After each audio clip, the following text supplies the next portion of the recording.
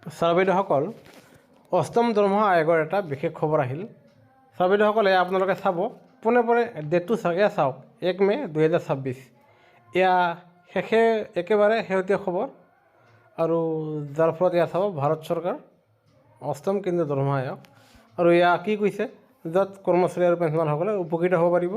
ইয়াতে লিখা আছে জাননী, অষ্টম কেন্দ্ৰীয় দৰমহা আয়োগ 1 জুনৰ পৰা 1 জুন 2026 পৰা 4 জুন 2026, তাৰমানে সোমবাৰৰ পৰা বৃহস্পতিবাৰলৈকে শ্ৰীনগৰ, জম্মু কাশ্মীৰ কেন্দ্ৰীয় শাসিত অঞ্চলত ভ্ৰমণ কৰিব, যাৰ ফলত কেন্দ্ৰীয় চৰকাৰৰ সংগঠন প্ৰতিষ্ঠানৰ লগতে জম্মু কাশ্মীৰ আৰু শ্ৰীনগৰৰ এই অষ্টম দৰমহা আয়োগৰ সৈতে মত বিনিময় কৰিব বিচৰা সংশ্লিষ্ট অংশীদাৰসকলে আয়োগৰ ৱেবছাইট, ইয়াতে hcpc.gov.in ত আপোনালোকে স্মাৰক পত্ৰ দাখিল কৰিব পাৰে, আৰু তাৰপিছত নিযুক্তিৰ বাবে আপোনালোকে অনুৰোধ জনাব পাৰে, আৰু যাৰ ফলত 16 মে 2026 তাৰিখে বা তাৰ আগতে আপোনালোকৰ সেই লগ কৰিব বিচৰা অনুৰোধ একচেপ্ট কৰা হ'ব, আৰু আপোনালোক সময় আৰু দিন তাত উল্লেখ কৰি দিয়া হ'ব, আৰু যাৰ ফলত কৰ্মচাৰী সংগঠন আৰু পেঞ্চনভোগী সংগঠনৰ যি বিভিন্ন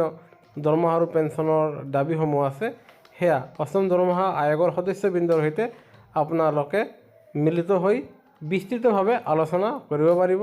আৰু ইতিমধ্যে অসম চৰকাৰৰ কৰ্মচাৰীসকলৰ কাৰণে অসম চৰকাৰে ৰাজ্যিকভাৱে সুকীয়া অষ্টম দৰমহা আয়োগ সুভাষ দাসৰ নেতৃত্বত গঠন কৰি দিছে, আৰু তেওঁলোকেও অষ্টম দৰমহাৰ সমান পৰ্যায়তো এইবাৰ অসমৰ কৰ্মচাৰীসকলক একে পৰিমাণৰ দৰমহা আৰু পেঞ্চন দিব বুলি স্বয়ং মাননীয় মুখ্যমন্ত্ৰী মহোদয়ে জনাইছে। তেনে ক্ষেত্ৰত কেন্দ্ৰীয় চৰকাৰৰ কৰ্মচাৰীসকলে যিমান উপকৃত হ'ব, অসমৰ কৰ্মচাৰীসকলেও সেই সিমানেই উপকৃত হ'ব। যিয়ে নহওক, এই জাননীখনৰ ভিত্তিত এতিয়া কৰ্মচাৰী পৰিষদ, অন্যান্য পৰিষদ, পেঞ্চনভোগী সংগঠনসমূহে আপোনালোকে জম্মু কাশ্মীৰত 4 জুনৰ পৰা আপোনালোকে 1 জুনৰ ভিতৰত আবেদন কৰি পৰৱৰ্তী আপোনালোকে 16 মে'ৰ আশে পাশে লগ কৰিবলৈ সক্ষম হ'ব।